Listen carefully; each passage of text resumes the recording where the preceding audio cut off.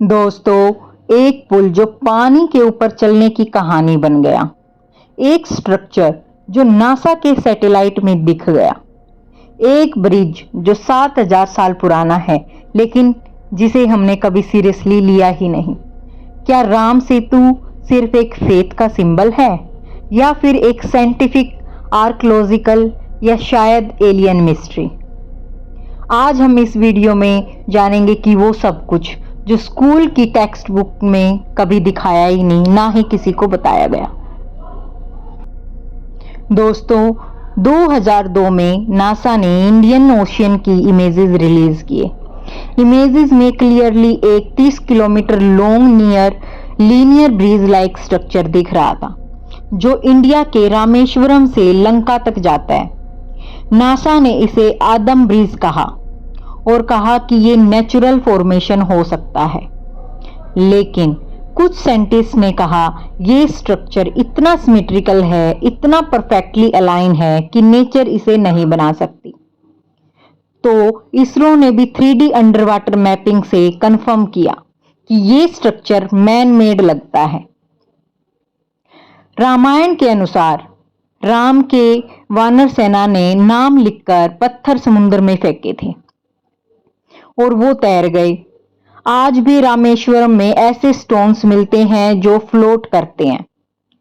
Science कहती है ये प्यूमिस स्टोन है जो वोल्केनिक एक्टिविटी से बनते हैं, लेकिन सरप्राइज ये कि साउथ इंडिया में कोई एक्टिव वोल्केनो है ही नहीं, तो ये स्टोन यहां आए कहां से?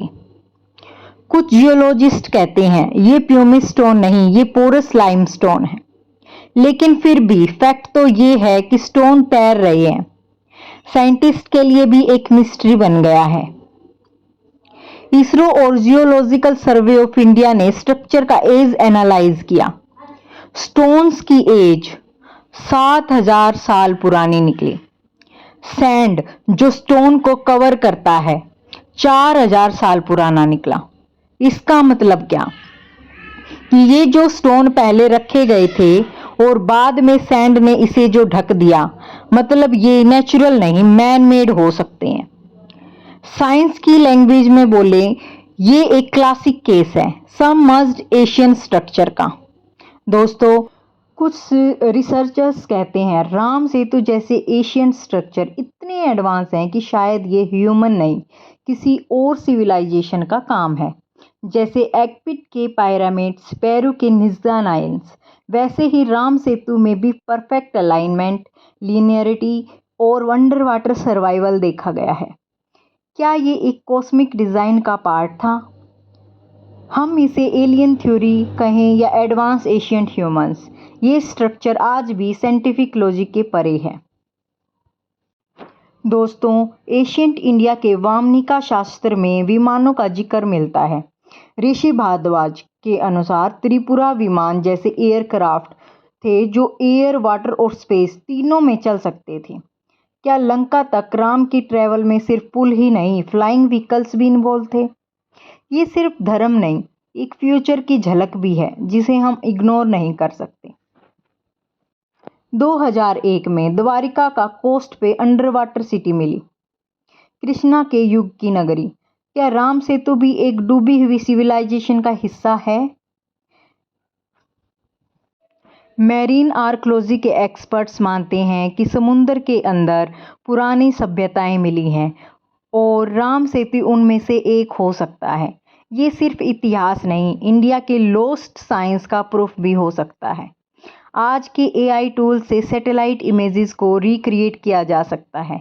IIT बॉम्बे के कुछ स्टूडेंट्स ने राम सेतु का 3D मॉडल बनाया using AI and GIS data results.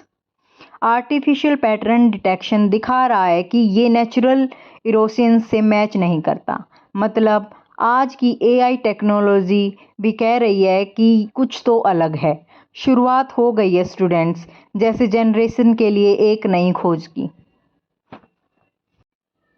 Ram Setu सिर्फ एक पुल नहीं, एक जंक्शन है जहां साइंस और फेथ मिलते हैं, जहां स्टूडेंट्स के लिए एक नया सब्जेक्ट बनता है, जहां AI, सैटेलाइट और एशियन टेक्स्ट एक मिस्ट्री सॉल्व करने में एक साथ काम कर रहे हैं। शायद जब तक हम पूरी सच्चाई तक नहीं पहुंचते, राम सेतु सिर्फ एक रहस्य बना रहेगा, लेकिन इस रहस्य को समझना हमारी जिम्मेदारी है। तो दोस्तों, राम सेतु सिर्फ पत्थरों का पुल नहीं है, ये हमारे इतिहास, विज्ञान और भविष्य के बीच का एक रास्ता है। सवाल ये नहीं कि ये पुल किसने बनाया, सवाल तो ये है, क्या हम सब ढूंढने के लिए तैयार हैं? अगर राम सेतु सच है तो हमारी किताबें झूठ नहीं हैं, और अगर हमारी किताबें सच हैं तो क्या हम अलायंस से भी पुराने इंजीनियर थे? जो पुल समुद्र पर बना था, आज वो पुल बन सकता है हमारी सोच और सोच के बीच। अब वक्त है सिर्फ मानने का नहीं, समझने का भी। अगर आपको लगा कि राम सेतु के पीछे सिर्फ कहानी नहीं, एक सच छुपा हुआ है, तो इस वीडियो को ज़रूर लाइक करें, अपने दोस्तों के साथ शेयर करें और ऐसे ही ज्ञान से भरे कंटेंट के लिए चैनल को सब्सक्राइब करना ना भूलें।